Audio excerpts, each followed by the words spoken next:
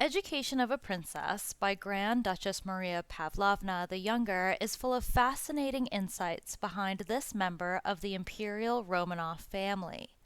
Full of love for her brother and father, Maria has a very different attitude towards her cousins, the last Tsar and Tsarina of Russia. She didn't let the Emperor and Empress know Bolsheviks were invading Tsarskoye Selo in 1917 to seize them, while she managed to make it to a train station. She was afraid and bitter, citing their blindness to their own people. Was she angry with Tsar Nicholas II for banishing her father, Grand Duke Paul, for marrying beneath him by marrying a countess? Her book is full of devotion for her father, and one wonders what she was motivated by when the Tsar had imperial court protocol to follow. If Maria had more foresight, she could have seen when the imperial family was banished to Siberia, the house arrest for her father, Grand Duke Paul, at Tsarskoye Selo, would soon follow. The Grand Duchess's son, Count Leonard Bernadotte of Weisborg, born in 1909, a prince of Sweden, he abdicated the Swedish throne to marry a commoner in 1932.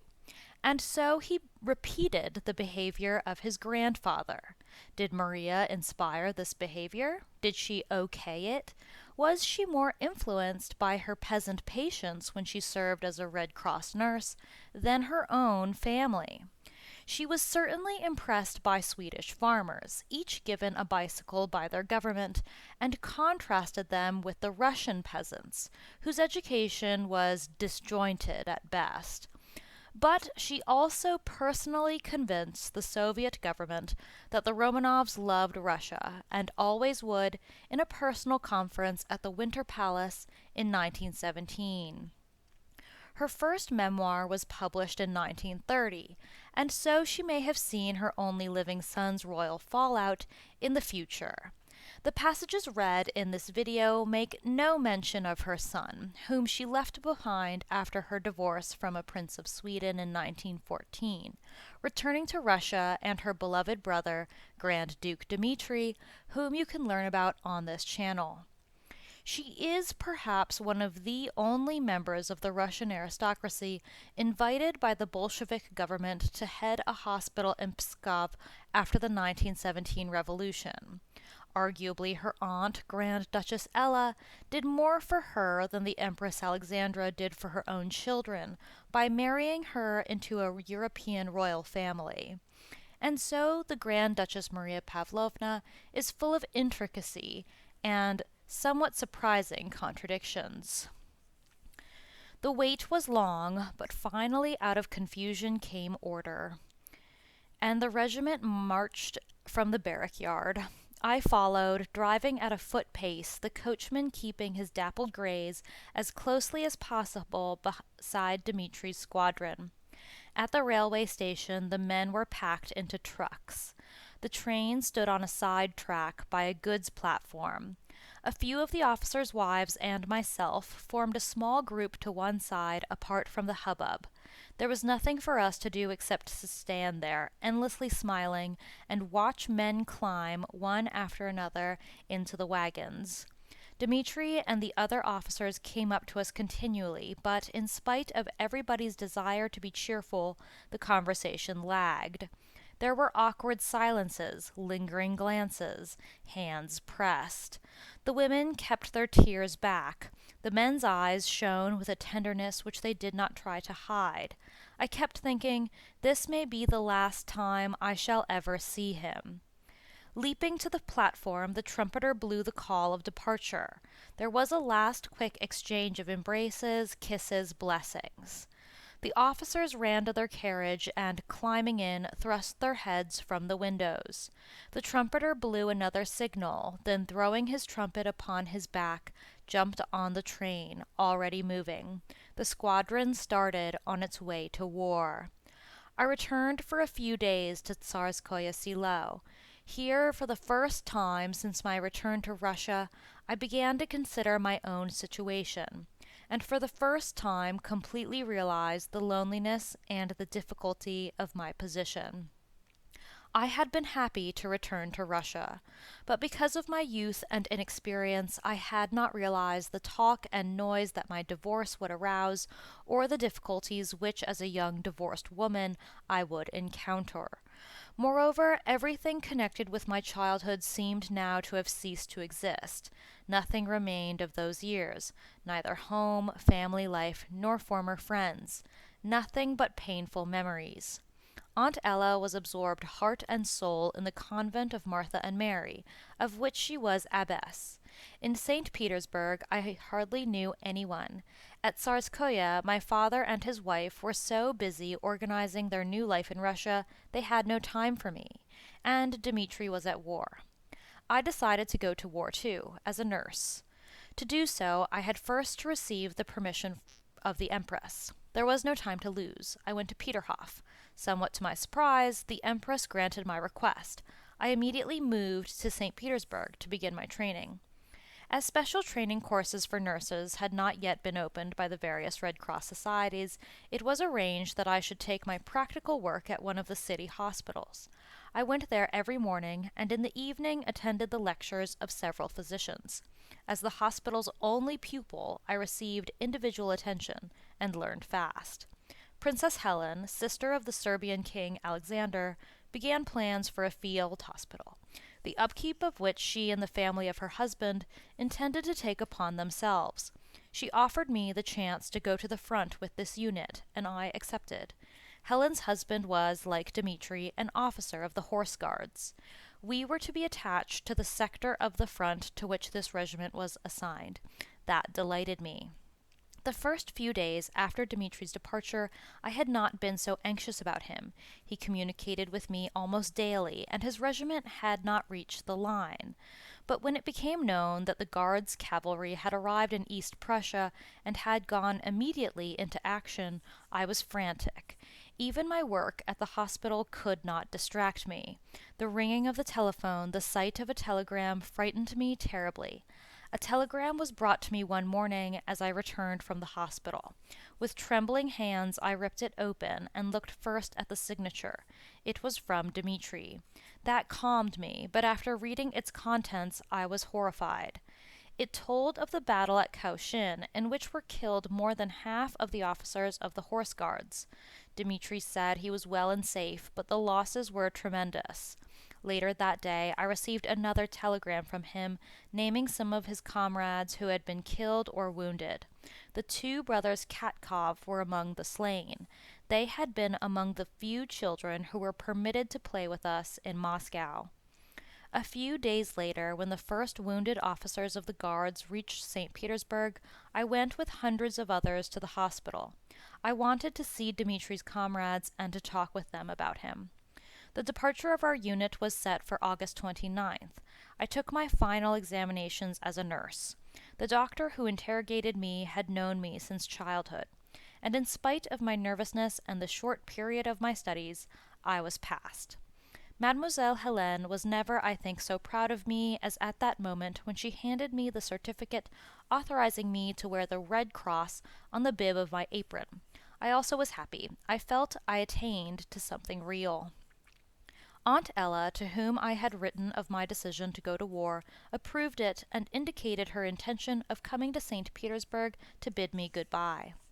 All those who knew me were now so moved to kindness towards me that I felt almost ashamed of all the attention. It seemed to me that the work I had undertaken was nothing out of the ordinary. Even if I chanced to lose my life, that would certainly be no unusual sacrifice those days. And as to existing values, it seemed to me that I was sacrificing nothing: no home, no dependence, no social life, and pleasures of any consequence. I felt that I was gaining at last an opportunity to apply myself usefully, to find work for which I was really fitted, and which I needed, to direct all my energies to one central purpose. Life beckoned to me, and I could not pity myself. My luggage was not complicated. A few gray uniforms, white kerchiefs which we wore as headdress, aprons, white hospital smocks, cotton underwear, and cotton stockings, all packed in one suitcase. An army cot, a rubber tub, and a few small rubber wash basins completed my field kit. Aunt Ella came, as she promised, on the day of my departure. That morning, for the first time, I put on my uniform, and I remember how embarrassed I was to go out in the street. After lunch, my aunt took me to the chapel in the little house of Peter the Great. It had a much venerated icon of the Savior. While we were there, our footman must have told the people who we were, for when we came out we were surrounded. They were mostly common people, greatly moved. Many of the women were crying. Those who stood nearest began, to my great confusion, to touch my dress and to catch my hands and kiss them. "Oh, our dear one, you too are going to war. God bless you," said an old crone, sobbing. Others joined in and showered us with tears and good wishes. "Thank you. You are going to take care of our soldiers. God help you. God save and guard you. May God give us strength to overcome the enemy." And one poor old woman kept asking my aunt, please, please, to find out something about her son. Finally, we freed ourselves and entered the carriage. I had never experienced anything like this before, and was stirred to the depths of my heart, so likewise was my aunt. Aunt Ella, the Grand Duchess Marie, and Volodya Paley, my step-brother, came that evening to the station to see me off. Our unit consisted of 8 nurses, 2 doctors, a superintendent, a representative of the Red Cross, and 20 orderlies. Besides the Princess Helen and myself, we had with us Madame Sergeyeva, recently appointed as my lady-in-waiting, without whom the Empress would not consent to let me go. Our train carried not only hospital material, but also a variety of equipment essential to field operations: an ambulance, other wagons, field kitchens, cauldrons, horses, and tents. Helen was also taking her automobile. Tremulously, I kissed all who came to see me off. Tears stood in Aunt Ella's eyes as, placing her slim fingers on my forehead, she fervently blessed me with a wide sign of the cross. Word was given to entrain. We clambered into our compartment. The train began to move. Last wishes and admonitions were shouted. There on the platform we saw many people crying. But my heart was easy, even joyful. That night, for the first time in my life, I myself took out my nightgown and a pillow from a modest small traveling bag. I had seldom traveled overnight without a maid. As I hung my black apron and the gray cotton dress on the wall of the compartment that Helen and I shared, I reflected how easily and simply my life changed, and how much easier and simpler I felt. So musing, I fell asleep and dreamt of heroic deeds. Our destination was indefinite. We only knew we were to go to the frontier town of Edkunen, there to unload our equipment and await instructions. Arriving at Edkunen next day, we found the town in great disorder. When we finally located the headquarters of General Rennenkampf's command in that sector, there were no orders whatsoever concerning us. His army, which included Dmitri's cavalry regiment, the Horse Guards, had advanced far into East Prussia, but no one could say whether Insterburg was occupied by Russian troops or not. The small town of Gumbinnen, halfway between Edkunen and Insterburg, was, however, in our hands, and we were advised to proceed there. While the men unloaded equipment, we nurses wandered about town. Quite obviously, this town was near the front. Everywhere were soldiers in field-stained uniforms. Carts stood heaped together. Smoke rose here and there from field kitchens. The air was full of mingled scents: the aromatic smell of hay and horses, the warm smell of fresh baked bread, the smell of trampled grass, the smell of smoke. Some families apparently decided to leave town. Their belongings were piled on wagons in front of their yards or lay scattered on the street amid hay and straw. Here and there upon the street were articles dropped or forgotten. These the soldiers examined carefully and as a rule immediately appropriated, regardless of bulk or uselessness.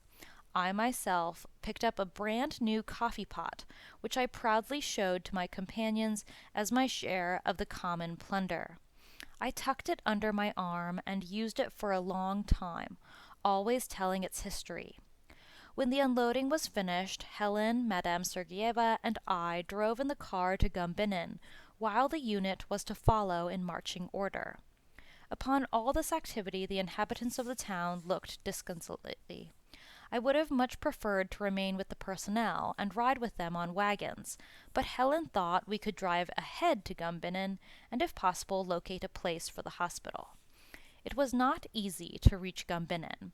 That town had been recently a battlefield, and the roads had greatly suffered. With eager curiosity, I looked at the trampled fields on both sides of the road, at the holes so recently dug by shells, at the broken trees. In some places there remained signs of encampments, in others of open warfare, abandoned packs, broken rifles, empty ration tins, bits of clothing. I looked for the dead, dreading to see them. All human corpses had by that time been removed, but the bodies of horses, with legs sticking upward and swollen bellies, were still there. Neither trenches nor barbed wire were anywhere to be seen. The advance of General Rennenkampf into East Prussia, an advance undertaken in order to draw the German armies away from the Western Front at a time when they already flooded Belgium and were ready to march on Paris, had to this extent been altogether successful. It had taken the enemy by surprise. They had not expected Russian mobilization to go through with such speed and in such order. Our hurried advance allowed, however, no time for fortifications and left our rear defenseless. Chaos reigned in Gumbinnen. As nearly as we could determine, the headquarters of Rennenkampf had been moved up ahead to Insterburg. Helen decided, nevertheless, to inspect some of the houses. We made a tour of Gumbinnen, accompanied by several of the town officials. Never shall I forget that town. Outwardly, few buildings suffered. At first glance, the neat German brick houses seemed clean and untouched. But inside, all was different. There was not an apartment which had not been ransacked. Doors were sagging open, locks had been forced, cupboards stood gaping, clothing was scattered all over the floor, crockery and mirrors lay smashed, furniture overturned and pierced with bayonets. The inhabitants, not expecting the arrival of the Russians, fled, leaving all their property behind. The alarm must have come around dinner time, for in almost all the houses tables were set. Dry pieces of meat in thick, cold gravy were lying on the plates, napkins thrown beside them, chairs pushed back. Were it not for the terrible disorder and destruction, one would have thought the family had just risen from the table and gone into another room. Yet still more terrible was the death-like silence hovering over it all. We did not decide upon any of the houses. Dmitri and John, Helen's husband, having somehow learned of our presence in Gumbinnen, came to us in an automobile and found us making our inspection. I had not hoped to see Dmitri so soon, and was transported with joy. But I noticed at once he did not fully share my sentiments. He had seen terrible things. He looked sad and worn, and did not approve of my presence so near the actual fighting. The situation, he said, was very uncertain. Headquarters were, for the moment, in Insterburg. To Insterburg we moved our unit, and were billeted in a school. It was the largest building in town, but completely unadapted for living quarters and extremely gloomy. As soon as our wagon train arrived, we quickly unloaded, and very soon the school began to look like a real hospital. The nurses and I labored in cooperation. We cleaned the whole building from top to bottom, scrubbing every floor, window, and staircase. The classrooms of the two upper floors we turned into wards, and transformed other space on those floors into bandaging and operating rooms. On the first floor, where the rooms were smaller, we lived, with packing boxes for chairs. The room assigned to Madame Sergeyeva and myself, like all the others, had a stone floor and gray, shiny walls. Our cots, suitcases, and some boxes were our only furniture. We washed in the school lavatory in the basement. The nearer one draws to a front, the less, as a rule, one knows of what is actually happening there. and this was true of us. We had no real idea of the instability of our situation. The army of Rennenkampf was scattered, its positions were not fortified, its rear was undefended. Some of our troops were already before Königsberg, and the Germans occupied on other fronts seemed unprepared to make a firm stand or to counterattack. Our first days at Insterburg passed in comparative quiet. From time to time we heard sounds of cannonading, generally distant and dull, but sometimes closer, more distinct. Regiments of infantry, their boots caked with dust, passed singing through the town. Squadrons of cavalry, automobiles, wagon trains passed continually towards the guns. Dmitri was stationed in Insterburg, serving as liaison officer at the headquarters of Rennenkampf's army. He came often to the hospital, accompanied by a Great Dane who somewhere along the line of march was attached to him. Occasionally, Helen and I were invited to lunch at headquarters. Everyone there seemed still in that same uplifted state of mind in which, a few weeks ago, they had taken the field, and all expressed an unshakable certainty in the swift and brilliant termination of the war. It was 1914. With few exceptions, everything had gone well and promised well. The army was as yet well stocked with provisions and had more than enough equipment and munitions. Everybody was content, and our mutual relations were marked with that special cordiality which results from the realization of one's strength, and of comparatively light sacrifice in the name of duty. It was the honeymoon of the war. Everywhere I was received with the warmest cordiality, although almost no one knew me. The nurse's uniform brought me close to those who wore khaki. We all lived the same life and had the same interests. Once, towards the very beginning of our sojourn in Insterburg, Helen, Madame Sergeeva, and I went out into the town to do some shopping. The few stores were situated around the town square, not far from the hospital. Around this square centered the life of Insterburg. This day it was crowded, as usual, with people. Wagons were parked here and there, officers walked about, mounted orderlies rode by. As we were crossing the square, an infantry officer rode towards us. He was mounted, his horse was lathered from hard riding. He showed us a hand in a dirty bandage partly unwound, and asked, "Little nurses, haven't you by chance a dressing to rebandage my hand?" In my pocket I had a piece of clean bandage that I slipped there that morning in the bandaging room. "I have one. Get down, give your reins to some soldier, and come into the shade." He dismounted and threw his reins to a private standing by, and followed me. Choosing a spot away from the crowd, I placed my patient in front of me and turned my back to the square. Hardly had I begun unwinding the dirty upper layer of his dressing than I heard an unknown voice behind me. "Your Imperial Highness, may I take your picture?" I turned around in confusion and recognized one of the officers attached to headquarters. He held a large camera in his hands. "No, for heaven's sakes, don't," I replied, blushing. The hand that I was bandaging shook slightly. A searching glance stopped for an instant upon my face, then was lowered again, but not a word was said. I hurried my work, in silence winding the fresh bandage. When I finished, the officer raised his eyes. They were brimming with tears. "Let me ask who you are," he said. There was no longer any reason for concealing my name, and I told him. "Then you are the first cousin of the Emperor?" "Yes." Once again, in silence, he scrutinized my face, then suddenly kneeling there on the pavement in front of everybody, he lifted the bottom of my cotton dress to his lips and kissed it. I was completely taken aback.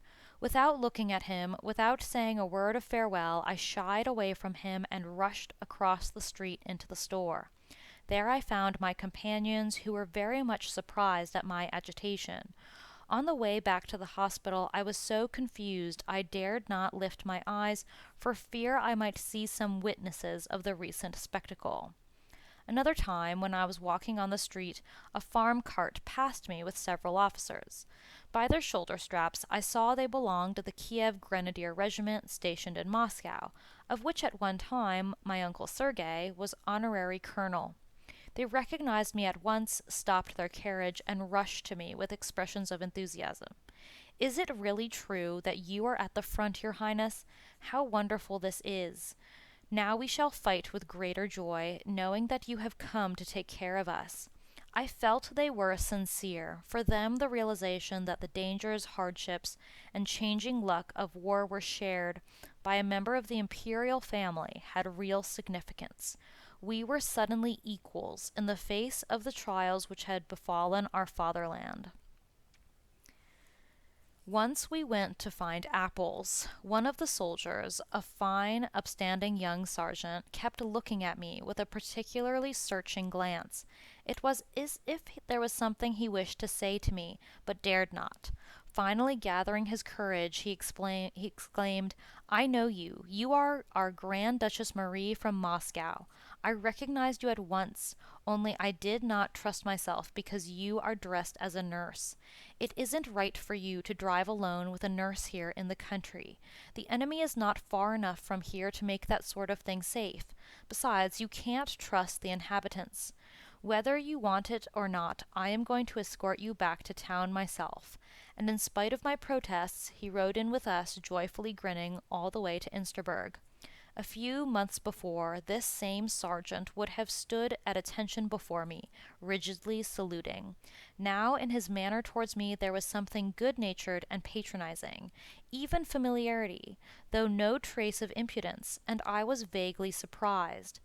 I was glad that my uniform broke down barriers and smoothed out differences in rank. Whether this was good or bad, I do not take it upon myself to judge, but my white headdress inspired trust in the common people, drew me, thus attired, nearer to them, made me more understandable to them. Helen, older and more experienced than I, became naturally the head of our unit. I worked as an ordinary nurse, well knowing I had a great deal to learn. I quickly grew accustomed to my duties, shirked no work, however disagreeable, and adapted quite easily to hospital routine. Already it seemed natural to me to make my bed, shine my shoes, brush my clothing, and clean my room. The Russian advance had been halted, and the Germans were stirring. Enemy aeroplanes began to fly over Insterburg, first at long intervals, then more and more often. Our anti-aircraft guns were still few, and the planes flew so low as to frighten both soldiers and horses, who were not used to them. So great was the confusion brought upon our town at the first air attack that even officers took out their revolvers and fired at the planes. The casualties were many. These wounded became our first patients. I clearly remember the very first case. I was on duty, reading a book. An orderly rushed in. Nurse, quick, come into the reception room. 2 patients are there on stretchers. One is hurt very badly. What has happened? One of the men was unconscious. His face was a horrible yellowish hue. The other was conscious. We serve on a supply train, nurse. A plane came flying over us, and the horses bolted. This one fell from the wagon, and the wheels passed over his chest. I felt the pulse of the man who was unconscious. It was very weak. I was frightened. Run for the doctor, and also tell them to bring me some camphor and a needle.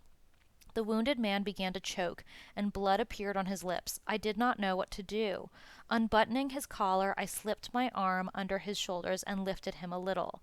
He stopped choking, his head dropped heavily over my hand, and his eyes opened slightly. When the doctor arrived, he was already dead.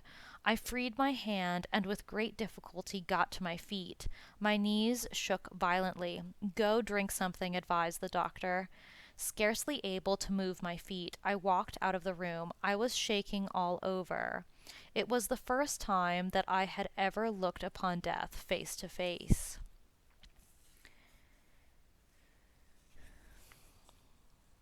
Our work was hard and all-absorbing. To that ward, the 4 walls of which seemed to encompass a world unrelated to any other. Death came often, and there was always suffering. It was as if we personified to them all that was dear and close to their hearts. We somehow represented in our white headdresses that highest feminine being in whom were united all the qualities of motherhood and wifehood, with the additional conception of a saintly nun, a conception especially dear to the Russian people. Here, in the world of hospital beds, white smocks, and long monotonous hours, the doctor and the nurse occupied the places next to divinity. The doctor, for some reasons incomprehensible and mysterious, often caused pain, yet the soldiers never asked an explanation. They did not question God when he sent them trials. The nurse was more human and nearer to them because she tried to alleviate pain, their suffering, to comfort them, to show them kindness. We felt all this with greater force during those first months of the war, when we were all still fired by the same impulse, responded alike, and served, all of us, an ideal comprehensible to all. The soldiers bore their suffering with extraordinary patience and resignation, and their attitude towards the hospital personnel was tactful and considerate. They appreciated what we did for them and knew how to show it. But for the officers, the matter was more complicated. That simplicity in relations which existed between the nurses and the soldiers was here absent, especially towards me when they knew who I was. And to none of us did the officers evidence that boundless, almost mystic trustfulness that was shown to us by the ranks. The officers were more exacting. It was more difficult to satisfy them, yet they too unflinchingly endured pain that was at times almost unbearable. The soldiers brought to our hospital in Insterberg were all cavalrymen, strong, good-looking boys. I spent all my days in the wards working with an enthusiasm that was so untiring and insensible to fatigue. My happiness was so great that I was at times remorseful at experiencing such ecstasy in the midst of all the pain. The wounded, however, with the knowledge inherent to common people, seemed intuitively to feel the warmth of my inner fire, and were drawn by my cheerfulness. Do you know the patients call you the cheerful nurse? I was asked by the other nurses, with whom from the very beginning I was on the best of terms. When I made the round of the wards, I knew the patients not only were looking forward to the sound of my laughter and were thinking of answers to my jokes, but I had an almost mystic feeling that, looking into my eyes, they would see and rejoice in my spiritual unity with them. Those were wonderful days. The crowning point of my happiness occurred when General Rennenkampf, his whiskers well combed and his waist tightly belted, descended one day upon the hospital, accompanied by Dmitri and by the staff. It was at supper time. All the personnel rose hurriedly from the table at the unexpected arrival of their commanding general. The general was visibly nervous. Taking a small box from the hands of one of his officers, he turned to Dmitri, and with a brief greeting, presented my brother with the cross of St. George, pinning it on his chest with a hospital safety pin. The decoration was given to Dmitri for a bravery shown in the Battle of Cochin. The general thought that it would please me to witness the presentation, and he was right. I was happy and proud beyond words. It was only then that I learned that my brother, besides taking part in a cavalry attack in which an entire battery was captured, saved the life of a wounded corporal. He dismounted, loaded the man on his back, carried him to safety, and then jumped into the saddle again to rejoin the squadron. Our stay in Insterberg was fated to be cut short. The Germans were beginning to drive our men from occupied positions too quickly taken. Troops and supply trains began again to pass through the town, this time in the opposite direction. Suddenly came an order to transfer all our seriously wounded to sanitary trains and prepare for retreat. Planes flew over the town every day, singly and in formation, dropping bombs, trying as usual to damage the railway station. The bark and rumble of artillery drew nearer each day. Helen was away on the day we received final orders to move. She and her husband had gone to the rear of the army on business. It took us all day to transfer our wounded to the station. They had to be driven very slowly in uncomfortable springless wagons, the nurses walking beside them on the hard pebbles. I made several trips. The station had been almost completely destroyed by the bombs, and we had to place the stretchers on the pavement in front of it. Airplanes kept flying over us, and on all sides we heard the explosions of bombs. I shivered with apprehension, expecting every minute to see a bombing plane appear above the station and our helpless wounded. Incidentally, it was for this day's work I received the St. George's Medal. Towards evening, having finished the loading of the wounded in sanitary trains, we began to pack the hospital equipment. The unit was to leave in the night. Then I, by order of General Rennenkampf, was to follow the next morning with his staff. He would not hear of my going with the unit in marching order. As the evening wore on, I felt completely exhausted. At midnight I stretched myself on the bed without undressing. It seemed I had hardly time to close my eyes when I felt a hand on my shoulder shaking me. Dazed by sleep, I could at first distinguish only a sort of buzzing, seemingly far away. "Wake up! Come into the yard! There is a Zeppelin flying over us! Wake up! Please wake up!" It was my lady-in-waiting. I forced myself to my feet. "A Zeppelin! It is flying over the city, throwing bombs," repeated Madame Sergeyeva. There was an immediate loud explosion. The night was clear and starry, but the air was filled with that same curious buzzing. Suddenly in the sky above me I saw an immense object radiating silver rays that seemed to plunge from space directly down into our yard. A terrible explosion followed, then another. I understood at that moment the meaning of mortal fear. I felt sorry for myself, sorry for everything. I remembered the sun. Blood was throbbing in my temples. Those bombs had not fallen into the yard, but very close to it. In a few seconds all was over. The silvery object disappeared with a dull rumbling. The relief I experienced cannot be described. It was just as oppressing as the fear. I wanted to laugh, to cry, to feel that every fiber in my body was alive. The rumbling noise had again turned into a buzz that slowly dissolved now in the darkness of the sky. From the distance came the sound of one final explosion. Then all was quiet. Headquarters was situated almost next door to our hospital. A bomb, the officer told us, exploded between our two buildings. We resumed our packing. We searched throughout the building and finally found a nurse, and I thought to be in the cellar. There we found the orderlies lying side by side on the stone floor, sleeping the sleep of the dead, surrounded by many empty beer bottles. At the sight of this spectacle we burst out laughing, but there was no time to lose, and we tried to awaken them. We dragged the orderlies to a water tap, which we happened to discover, and gave each one in turn a cold spray of water straight into the face. That worked. The unit moved before dawn. Early in the morning, one of Rennenkampf's officers called for us in a car, and we joined the automobile train in front of headquarters. Rennenkampf, wearing a general's coat of gray and the tall fur cap of the Siberian Cossacks, appeared on the steps. He came to shake hands with me, took his seat in the car, and the procession started. Our destination was Gumbinnen.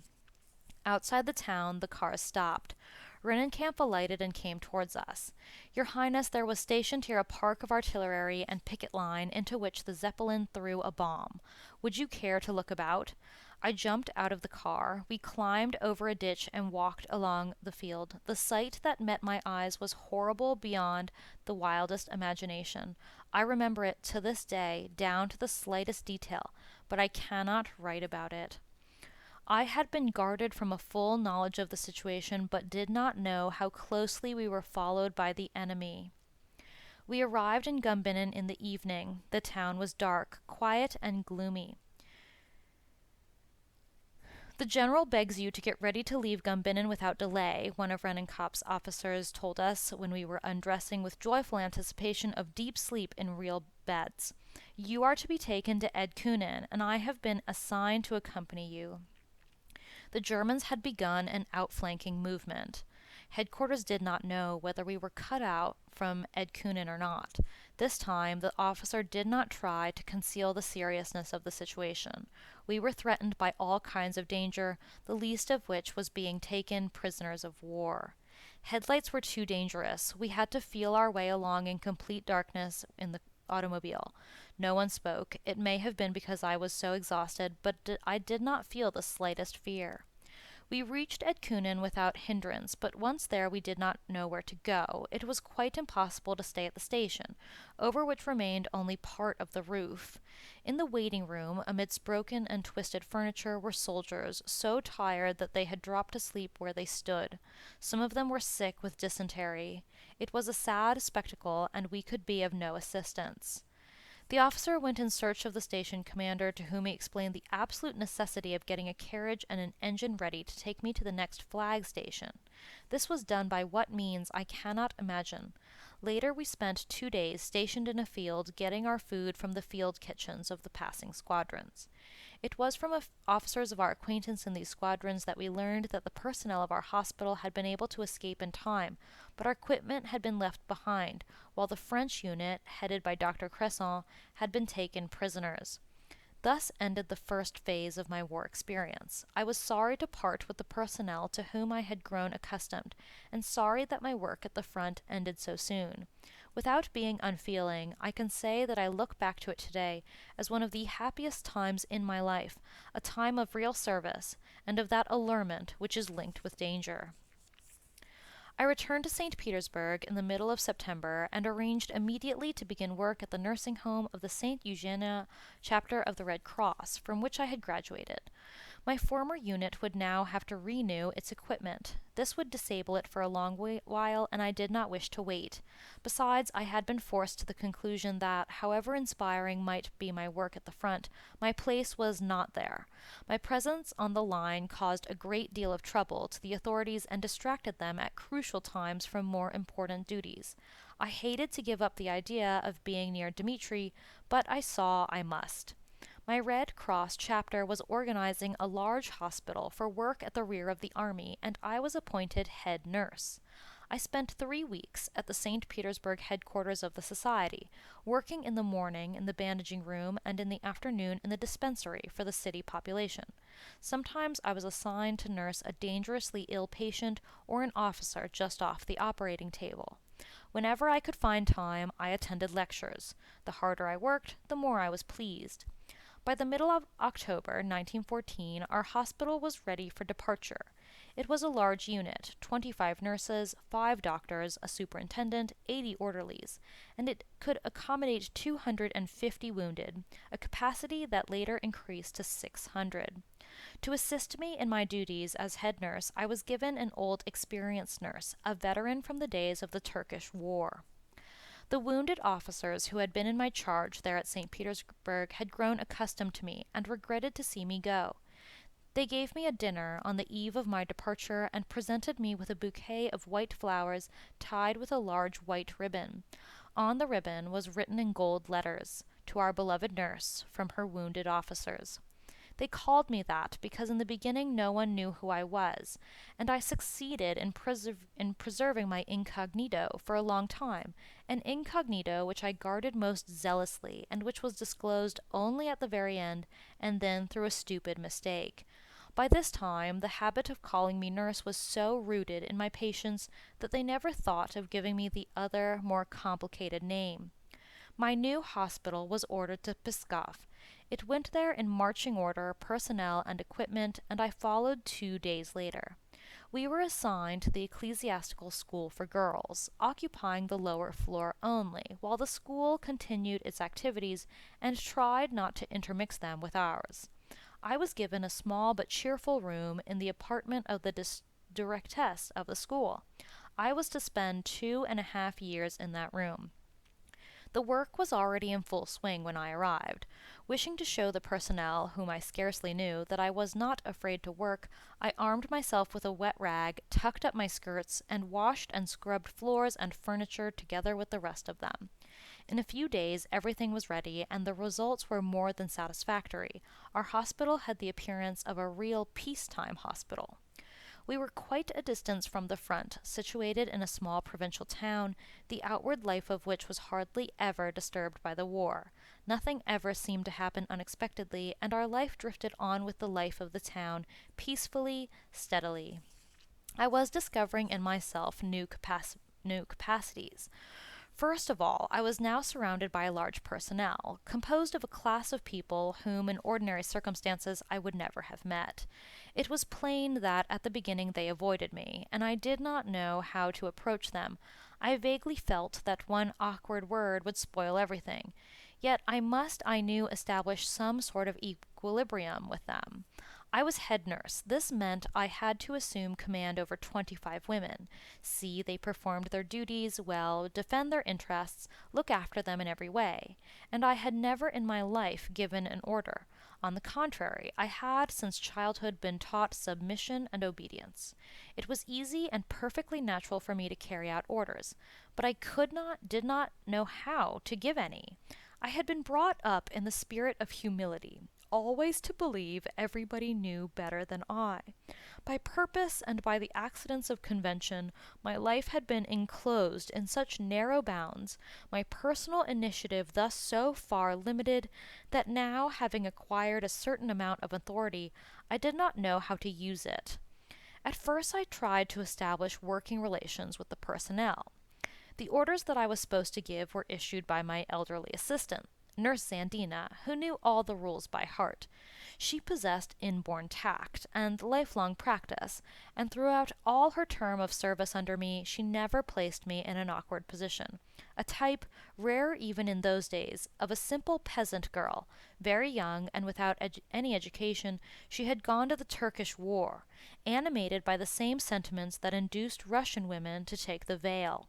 At that time there was no special training for nurses, and all she knew she learned by experience. She had never mastered the science of writing, and read very painstakingly, only in religious books.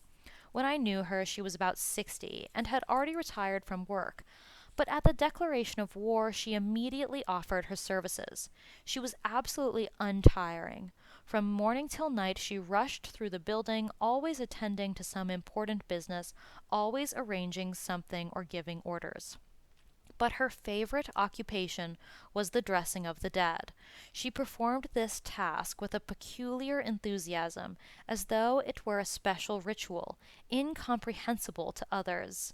She contended a dead man lives a definite though mysterious life, in which he is helpless and above all lonely, and she took it upon herself to comfort him in this loneliness. She herself washed every dead man, dressed and placed him in the coffin, read the psalm book over him, and sobbed. Having done all this, she would display not only pity, but a certain pride. Walking back a few steps, she would gaze with admiration on the results of her handiwork. Sometimes, while working, her lips moved, and by the expression of her face one could surmise she was chiding or tenderly reproaching the dead man. Her psychology interested me. I asked her several times how she could cry over every one. But how can I help it? Think only of the many trials the poor soul has to go through in the other world and all alone. So I am helping him with my tears, she replied reproachfully, throwing a tender glance at the coffin. Then all of a sudden her tone would change, and she asked for my praise. Now, your Highness, doesn't he look handsome? She treated me with respect, in which there was a slightly patronizing touch. Every morning, as I was having breakfast, she came to my room to report. She never consented to sit down in my presence when we were alone, although I never failed to offer her a chair. Please permit me to stand. I am more comfortable this way. I can see her standing in front of me. She was rather short and thick-set, with a freckled, homely, but intelligent face. She wore the headdress on her gray, thin hair, set back far from her forehead. Her hands were always folded under the apron, pulling it forward and making her appear round in the waist. Having reported some shocking news of hospital life and noticed that I was duly impressed, she replied to my anxious questions with a judicious air. Don't you worry, your Highness. You must not concern yourself with such affairs. I'll investigate and report to you. Then whatever you decide will be done. But listen, Theodosia Ivanovna, I would answer, feeling altogether helpless. It can't be done that way. I must examine it myself. These are petticoat affairs. They are of no importance. There is plenty more useful work for you. I soon gave up trying to remonstrate with her, and left the management of the feminine kingdom, so well known to her and to me so incomprehensible, in her hands entirely. Later, however, when I gained experience, I began making independent suggestions. These she always heeded and later carried out with great willingness. Only twice did I have to interfere and personally investigate a quarrel. The old woman was right. I had not yet seen the difference between unimportant details and circumstances worthy of attention. All our doctors, with one exception, came from the same hospital in Moscow. They were men of thorough training, knew their business, worked in unity. The superintendent was very young and quite inexperienced, with no idea whatsoever of the way to manage a large hospital. The head doctor was invested with full powers, and although in his particular field extremely able, he didn't know how to maintain discipline. His subordinates became slack, especially the orderlies. As head nurse, I had no duties in the wards, and as this left me not enough work, I started helping in the operating and bandaging rooms. After a while, the doctors were giving me the most difficult and important dressings to do, and no operation was ever performed without me. If something unexpected occurred in the night, I would be called from my warm bed, and, throwing a smock over my nightgown, I would run shivering into the operating room. Later, when we had so many patients that the 5 doctors could not attend to all the work, I had to perform some slight operations, such as extracting a bullet or amputating a finger. At first, the responsibility frightened me, but I soon grew accustomed to it. Sometimes it happened I had to administer the anesthetic, and if we had many operations, I would become myself somewhat chloroformed, and would leave the operating room walking unsteadily. We had hard days. When in 1915 the front drew nearer and we were obliged to increase the number of our beds, we sometimes received very large parties of wounded. Then we would work unceasingly, day and night. The wounded arrived from the front in such a condition that 2 or 3 baths were needed to take off all the grime accumulated during their long months in the trenches. Hair was shaved, clothing burned. The front was only about 150 miles from Pskov, but the wounded men we received had generally spent several days traveling that distance in goods trucks. Their bandages were as stiff as if they were made of wood, saturated with clotted blood, soiled with pus and vermin. To remove such bandages was almost as painful to the nurse as to the patient. I ought to say here that there were a considerable number of well-equipped hospital trains running between the front and the rear, but somehow never enough. We saw them very seldom, for they went directly, by special schedules, to St. Petersburg or to Tsarskoye Selo, and stopped at Pskov only if patients stood in immediate need of an operation. The sort of trucks we received loaded with dirt, suffering, neglect, and misery were seldom shown in the capital, and usually sent to provincial towns. At the beginning of the war, the military department had prepared over 20,000 beds at Pskov for the wounded, and the entire town now had the appearance of a vast hospital. All the school buildings had been requisitioned, a circumstance which aroused countless misunderstandings and quarrels with the school authorities. There was also a feud long standing between the military and the Red Cross. The Red Cross was an independent organization. It had large sums at its disposal and was able to equip its nursing homes in a manner that aroused the envy of those in the hospitals of the military. Institutions run on very small subsidies, inadequately equipped, and of a personnel not only insufficient, but often inexperienced. Having received reports of scandalous neglect and mismanagement in these military hospitals, I decided to investigate. This I could do only superficially, as I had no official power, but I started without announcement to visit the military hospitals, seeking always to arrive at an unexpected hour. By the fright displayed by officers and attendants during those unexpected visits, I could see many consciences were uneasy. I remember especially clearly one such visit that I paid to the barracks where there were several hundred sick and wounded prisoners of war. Our first difficulty was in finding the doctor. Finally he came running, his face sleepy and swollen.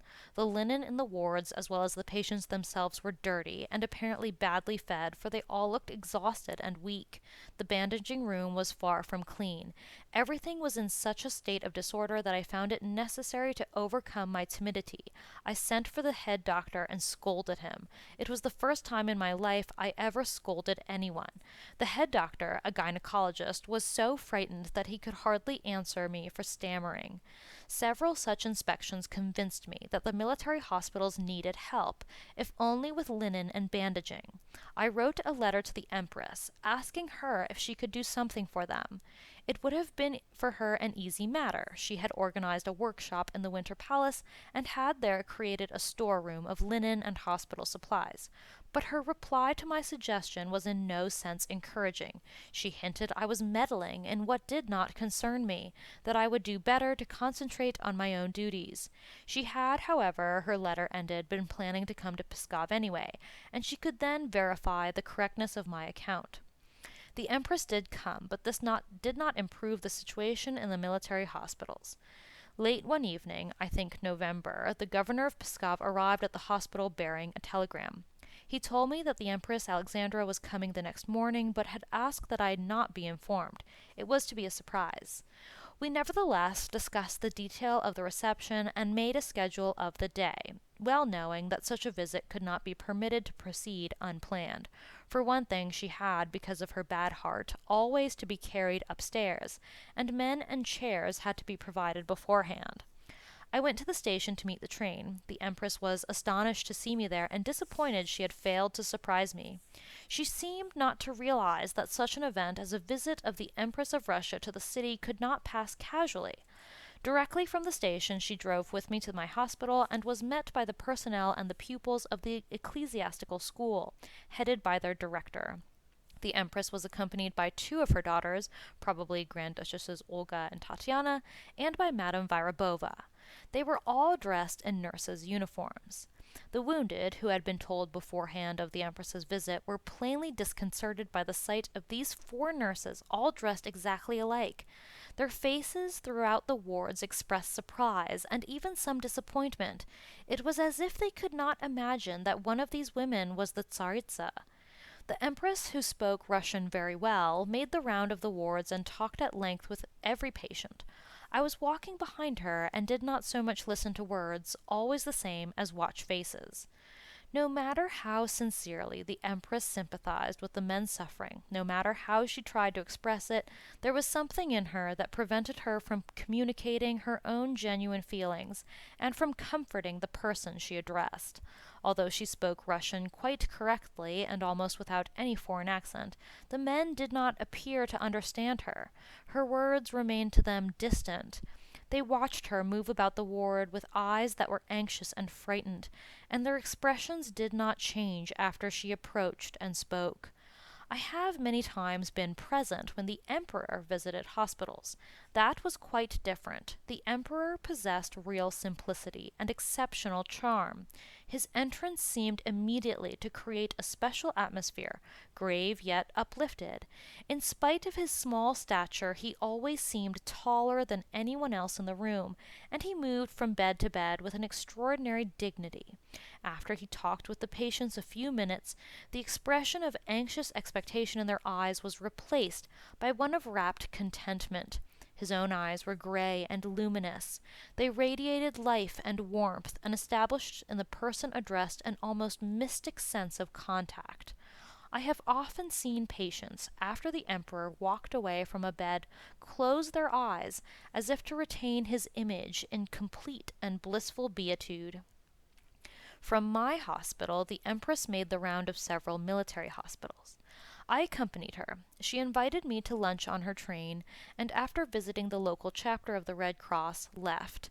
It surprised me that a person of her precarious health could endure such a long and fatiguing day.